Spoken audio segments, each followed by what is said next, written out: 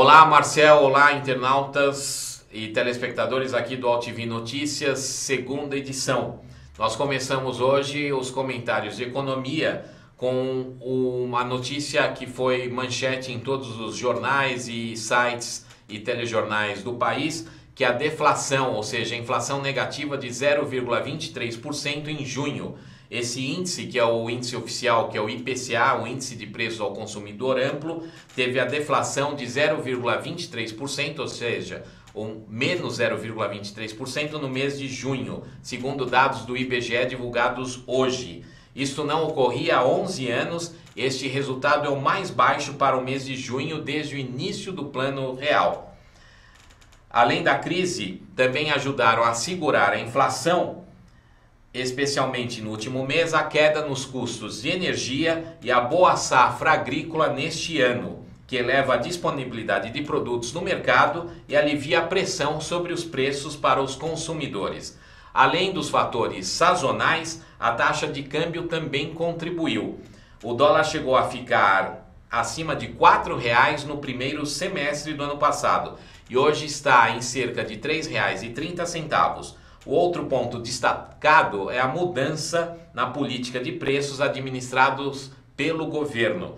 Todos esses elementos juntos favorecem bastante a redução da inflação. Com a inflação em baixa, o Banco Central tem mais espaço para efetuar um corte maior na taxa de juros, a fim de estimular a atividade econômica. Por outro lado, o desaquecimento dos preços pode demonstrar que a demanda dos consumidores está abaixo do que o país é capaz de produzir e isso pode representar um problema.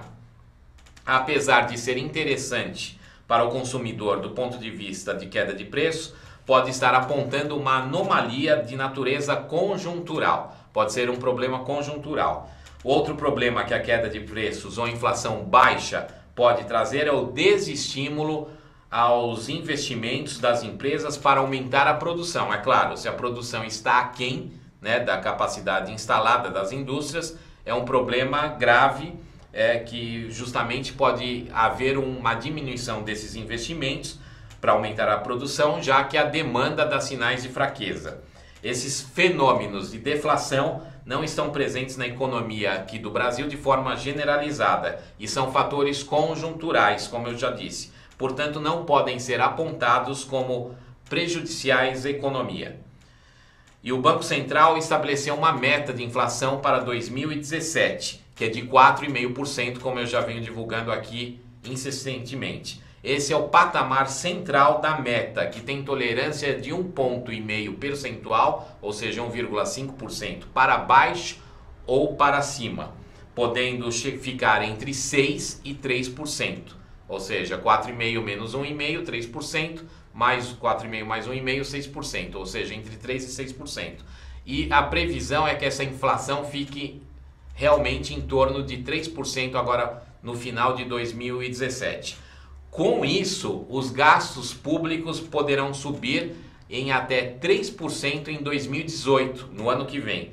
Com a emenda constitucional que impôs um limite ao crescimento dos gastos públicos, vigente desde o fim do ano passado, as despesas da União poderão crescer em até 3% em 2018.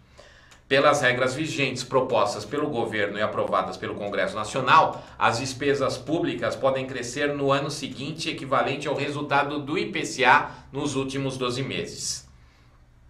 Com isso, a União poderá gastar cerca de 40 bilhões de reais a mais no ano que vem, em 2018.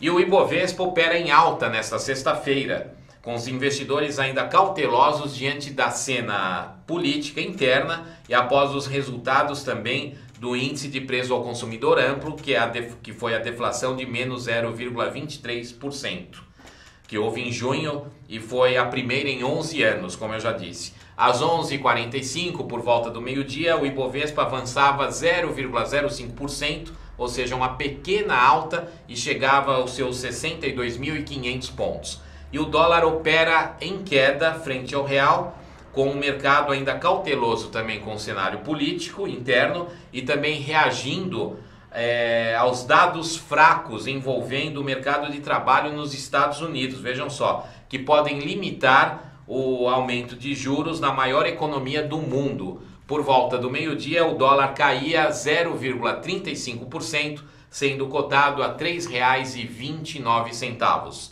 Eu fico por aqui. Para todos, um bom final de semana.